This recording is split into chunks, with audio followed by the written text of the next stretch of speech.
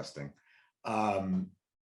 We are going next to Scott Garber in Colorado. Karen, first off, this has been an amazing session. Really enjoyed just your insight to everything. I have a question around relationships. So I'm doing a ton of work right now in the Web3 space. So where we're going. And, one of the through lines throughout this conversation has been present, happiness, micro stresses, right? And so I'm really curious, with your tenure in theory, how do we start to think about the relationship that we have with technology as it becomes more immersive and more reliant? And are we able to go ahead and recreate these same experiences in multiverses, in metaverses, in augmented reality, and do the same principles of humanity carry over? Or do we have sort of a blank slate where we get to maybe rewrite the script and maybe alleviate some of the faux pas and imperfections of humans?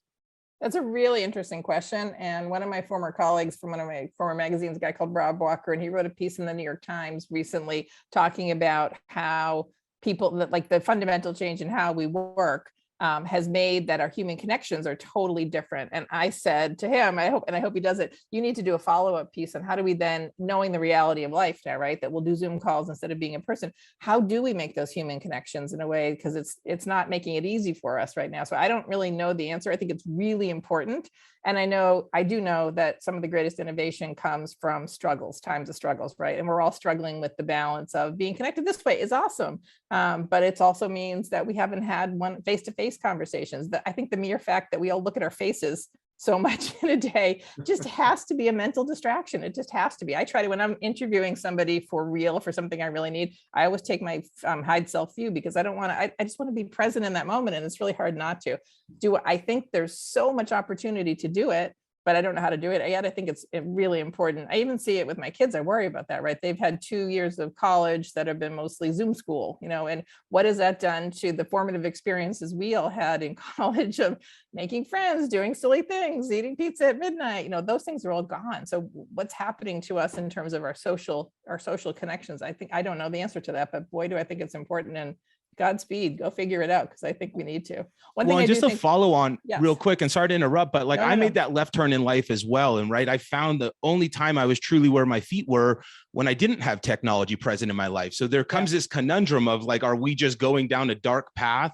And yes, we'll be more connected, but is it a better existence, or are we really meant to be right where our feet are? And that's where happiness and, not living too far in the future and being anxious, or too far in the past and being depressed. Is that really the formula for what we're trying to achieve here as humans? So would love to continue the conversation. And if you have any insight, we're at a unique inflection point of, sort of determining what the morality and ethics and, how the rules of engagement take place in this. And I think minds like yourself and that theory needs to be, we need to take pieces that have really worked and start to implement them. So however that conversation manifests, would love to continue with you.